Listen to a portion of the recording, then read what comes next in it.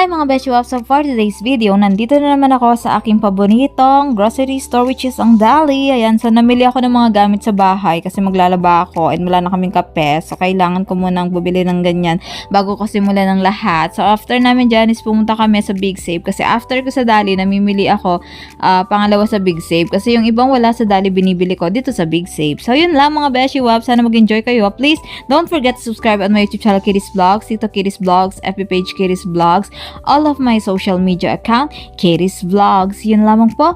Thank you for watching mga Beshiwa. Panoorin nyo tapusin nyo, tapos i-share nyo. Parang awa nyo na kasi sobrang dami kong bayarin. Maawa naman kayo. Kung nakikita nyo marami akong pamimili dito or binibili, well, kailangan namin yan sa bahay pero madami talaga akong utang. So sa mga nag-aabang-abang sa akin dyan na marami akong pera, Diyos ko, sana, no?